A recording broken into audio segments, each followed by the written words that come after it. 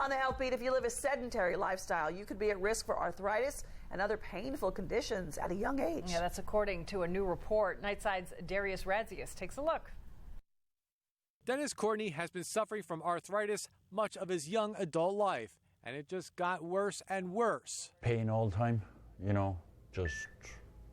walking was just a nightmare. So at age 41, he ended up getting knee replacement surgery, a result from an injury he suffered while playing soccer when he was 16 and made worse by his job as a construction worker. It's physically demanding. You're on your knees, you're up top, you're laying out, it's just demanding on the body in general, without having a bad knee to begin with. Although Courtney has lived an active lifestyle, a study shows many of his peers are suffering from the same conditions, but the reason is quite opposite.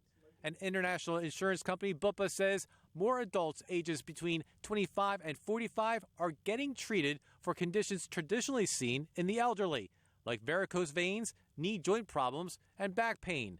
Dr. Karkare is an orthopedic surgeon. One of the reasons is obesity. Obesity has become an epidemic. According to the study, more people are living a sedentary lifestyle, spending more time sitting at desks, watching television, playing video games, or using smartphones and tablets. Making matters worse, Dr. Karkare says most young adults don't seek treatment until it's too late.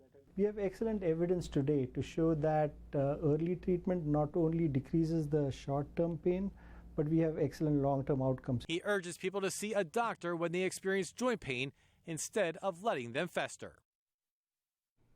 The study also shows that more younger adults are experiencing neck and back pain from constantly looking down at their phones. In the newsroom, Darius Radzius, News 12, Long Island.